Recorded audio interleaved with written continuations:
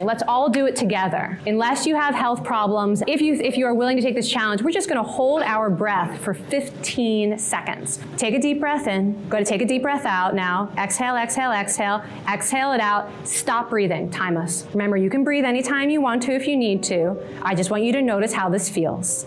3, 2, 1, breathe. So holding your breath, obviously that's a little bit of a willpower challenge. Some of you maybe need to hold your breath for 2 minutes to feel it, but I did not want anyone passing out. So would you believe that this ability to hold your breath is one of the best predictors of people's ability to succeed at difficult goals? Psychologists call this distress tolerance, the ability to stay put when things get uncomfortable.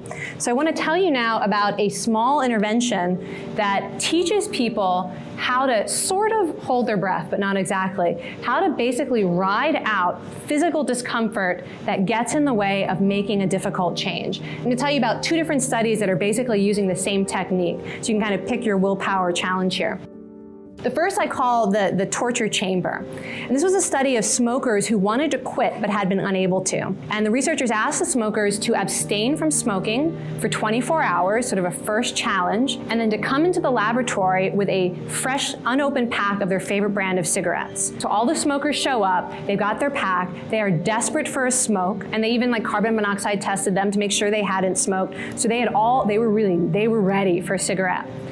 They all get they seated at a long table and asked to put away all distractions except for a lighter or a match and their cigarettes. So you got a bunch of smokers now, they're ready. And then the experimenter is about to begin the process of allowing them to smoke. And she says through actually a microphone like that, you hear this voice that says, "Take out your pack of cigarettes." And everyone does, they're all excited, woo, stop. Okay, they have to wait 2 minutes now, and they're not allowed to do anything except look at their pack of cigarettes. Pull off the cellophane. Okay, great. Stop. 2 minutes they have to wait. Pack it. Oh, there was pack. See, I don't smoke. I forget some of these steps. They had to pack the pack too, and they got the cellophane open. Okay, take out a cigarette. Finally. Stop. They have to wait 2 minutes. And this goes on. And every 2 minutes, they're writing down how intense their cravings are and how much they want to smoke. But other than that, they're not allowed to do anything. Take a cigarette out. Stop. 2 minutes. Look at the cigarette. Stop. 2 minutes. Smell the cigarette. Stop. 2 minutes.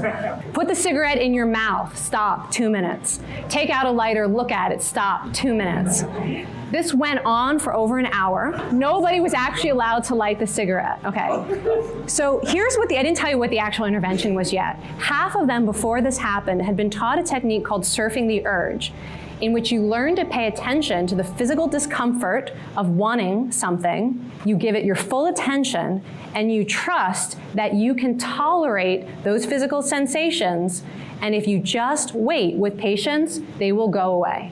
That any craving, any emotion will eventually pass if you can just breathe and wait it out, that you don't have to act on every impulse or emotion.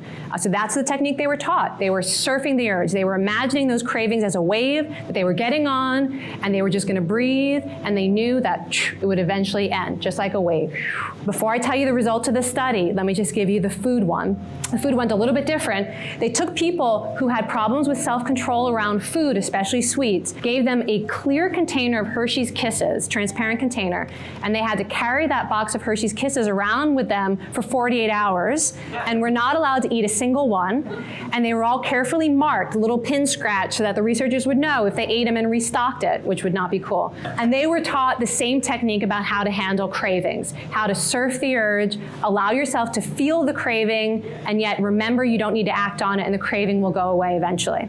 Okay, so the results. In this study, the smokers who had been taught how to surf the urge in that 1 hour torture test, they ended up reducing their cigarette smoke by 40% in the very next week, even though the researchers had not asked them to. The control group did not reduce their cigarettes at all. And interestingly, in the people who had learned to surf the urge, there was now no longer a connection between psychological stress and smoking, which is actually, that's the main connection for a lot of people who are trying to quit. They're stressed out, they're anxious, and so they need a cigarette. And in this particular group with this intervention, it cut that link between stress and giving in.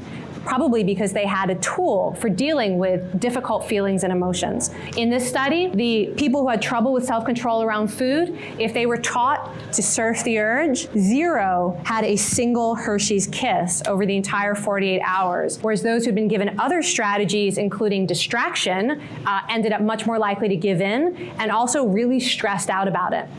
So these are just 2 different examples of how surfing the urge can give us a lot of willpower for the things where we need willpower. You know, a lot of times I hear people talk about how important it is to build good habits, but the reality is sometimes you need strength to do something difficult, and there's no habit in the world that's going to make you not want a cigarette when you see it, or want a donut when you see it, or make you want to avoid something because you're anxious. There's a real impulse and a real feeling that you need to deal with, and this power of acceptance seems to be the best strategy for dealing with these difficult emotions, these difficult thoughts, and these difficult cravings. And any attempt to kind of push them away or get rid of them backfires, but being able to ride them out and imagine them as passing experiences that you don't need to act on has been shown to help a lot of different willpower challenges, including the kind of anxiety that leads us to not do things we know we should do, intrusive thoughts. You know, that's a real willpower challenge. Sometimes our mind goes places we don't want it to go, to memories or to things we're imagining or to negative thoughts about ourselves and others. And research shows you can apply the same technique to a negative thought without having to act on it. It's been shown to improve weight loss. This technique of learning how to accept your own cravings tripled the long-term 1-year weight loss success rate among people who were in a really standard weight loss program. If you want to apply this technique to any willpower challenge yourself, here's what that small intervention would look like for yourself. Here's what people were taught in both of those studies. And the first is this mindfulness to allow yourself to feel what you're feeling or think what you're thinking, and to actually attend to the experience rather than immediately try to escape it. So if you're hungry, actually notice, like, what does hunger feel like in my body? Or if you're anxious, what does anxiety feel like in my body right now? And then to actually just breathe it out. Use the breath as a source of stability. You know what you're feeling, take a few breaths, and then broaden your attention out and look for the first opportunity to recommit to your goal. That's what they were taught in both the smoking study and in the Hershey's Kiss study.